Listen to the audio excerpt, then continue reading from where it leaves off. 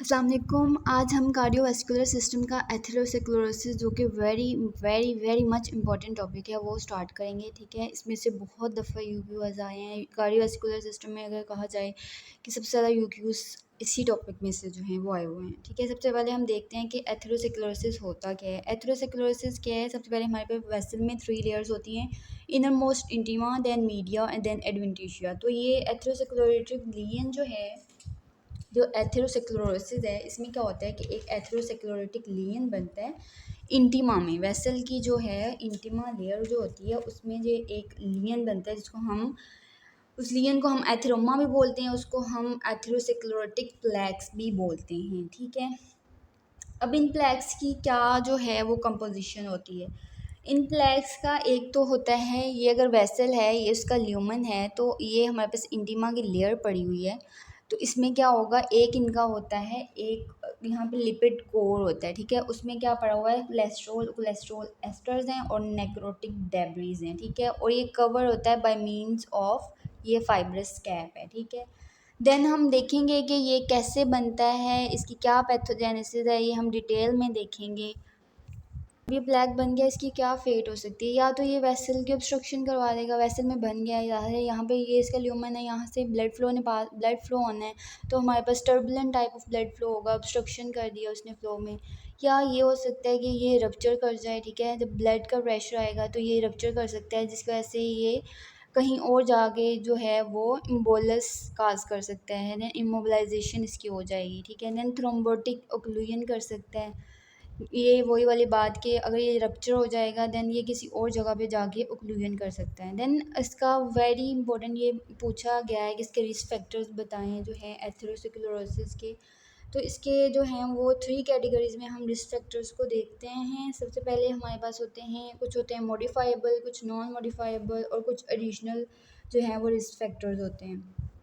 अब सबसे पहले हम लोग देखते हैं कि जो मॉडिफाइबल रिस्क फैक्टर्स हैं वो कौन से हैं। मॉडिफाइबल का क्या मतलब है कि वो वाले फैक्टर्स जिनको हम जो है वो इनको चेंज कर सकते हैं, प्रिवेंशन कर सकते हैं। नॉन मॉडिफाइबल वो हैं जो कि चेंज नहीं हो सकते, उन्होंने रहना ही रहना है। ठीक है, अब मॉडिफाइबल में क्या है, सबसे पहले आ जाता है हमारे पास हाइपरलिपिडीमिया। इसका इनकी डिटेल तो एक एक दो दो लाइंस में जो है फैक्टर्स की जो है वो डिटेल अच्छी है कि आप लोग लिखते हैं। ठीक है, हाइपरलिपिडीमिया क्या होता है कि increase in the level of serum lipids. ठीक है, मेनली कोलेस्ट्रॉल। ठीक है, तो हमारे पास हाइपर कोलेस्ट्रोलीमिया क्या करता है, वो एथेरोस्क्लेरोटिक लीजन करवा सकते हैं। ठीक है, अब हमारे पास क्या होता है कि हमारे पास जो मेजर कंपोनेंट्स लिपिड के होते हैं इन द ब्लड वो क्या होते हैं, एक होती है हमारे पास लो डेंसिटी लिपोप्रोटीन होती है जिसको हम बैड कोलेस्ट्रॉल भी कहते हैं। इसके अलावा हाई डेंसिटी लिपोप्रोटीन होती है हमारे ब्लड में जिसको हम गुड कोलेस्ट्रॉल भी कहते हैं। ठीक है, अगर हाई डेंसिटी लिपोप्रोटीन का लेवल ज़्यादा हो जाए तो वो हमारे पास एक प्रिवेंटिव फैक्टर होता है एथेरोस्क्लेरोसिस के। लेकिन अगर लो डेंसिटी लिपोप्रोटीन का लेवल जो है वो ज़्यादा हो जाए तो वो क्योंकि बैड कोलेस्ट्रॉल है तो वो एक मेजर फैक्टर है कि वो एथेरोस्क्लेरोटिक प्लेग जो है वो कर देगा।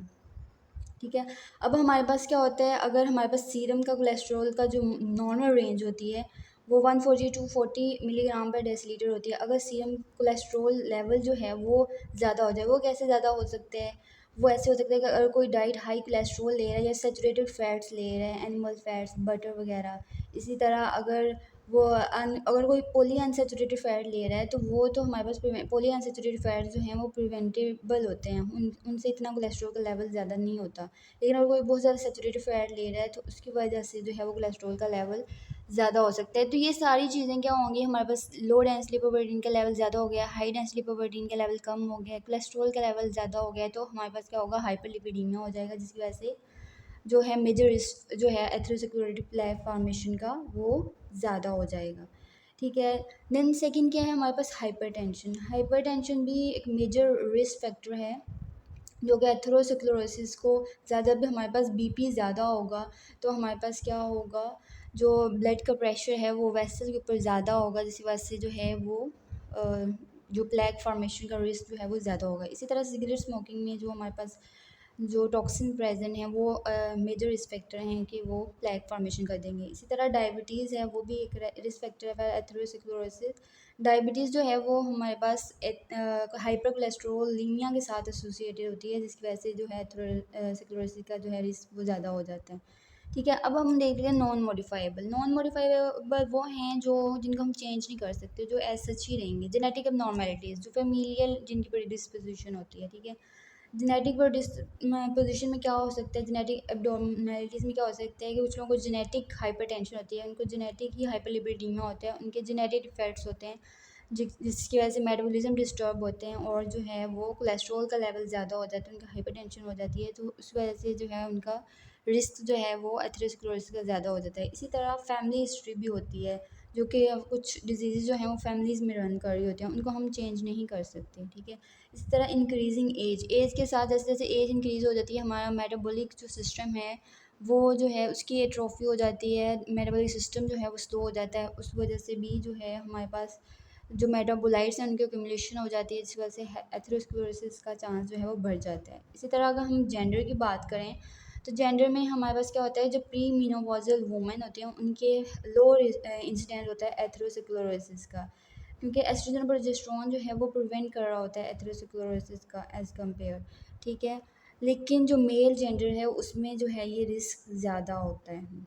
इसके अलावा जो एडिशनल रिस्क फैक्टर क्या मतलब है कि वो मॉडिफाइबल में भी नहीं आ रहे, नॉन मॉडिफाइबल में भी नहीं आ रहे, लेकिन फिर भी उनको चांसेस हैं, उनको एथेरोस्क्लेरोसिस हो जाएगा, उनको मायोकार्डियल इंफार्क्शन हो जाएगी, ठीक है। उनके ना तो उनका हाइपरलिपिडीमिया है, ना उनको हाइपरटेंशन है, ना उनको डायबिटीज़ है, ना उनकी कोई जेनेटिक प्रोडिस्पोजिशन, ना उनकी फैमिली हिस्ट्री है, लेकिन फिर भी जो है वो उनको देखा गया है कि एथेरोस्क्लेरोटिक प्लेग से जो हैं वो चांस ज़्यादा हैं। तो उसमें क्या आ जाता है, इन्फ्लामेशन आ जाती है। इन्फ्लामेशन किसी वजह से हो सकती है, तो ये इंपॉर्टेंट रोल प्ले, अगर इन्फ्लामेशन होगी तो हमारे पास सी रिएक्टिव प्रोटीन का लेवल जो है वो ज़्यादा हो जाएगा, ठीक है, जिसकी वजह से जो है एथेरोस्क्लेरोसिस का चांस ज़्यादा हो जाता है। इसी तरह हाइपर होमोसिस्टीन्यूरिया, ये एक ऑटोसोमल रिसेसिव इनबोर्न एरर होता है, जिसमें होमोसिस्टीन के जो है वो लेवल ज़्यादा हो जाते हैं, जिसकी वजह से एथेरोस्क्लेरोसिस हो जाती है, ठीक है। मेटाबॉलिक सिंड्रोम आ जाता है। मेटाबॉलिक सिंड्रोम में क्या आ जाता है, किसी को अगर डायबिटी है या इंसुलिन रेजिस्टेंट है तो उसकी वजह से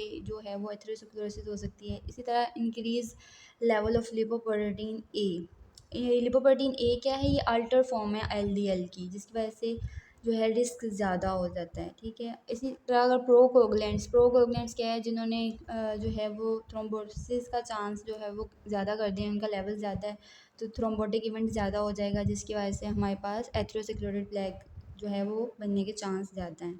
इसी तरह कोई अगर अल्कोहल ले रहा है, ठीक है, अल्कोहल की वजह से हो सकता है। इसी तरह किसी की इनएडिक्वेट फिजिकल एक्टिविटी है तो उस वजह से भी हो सकते हैं।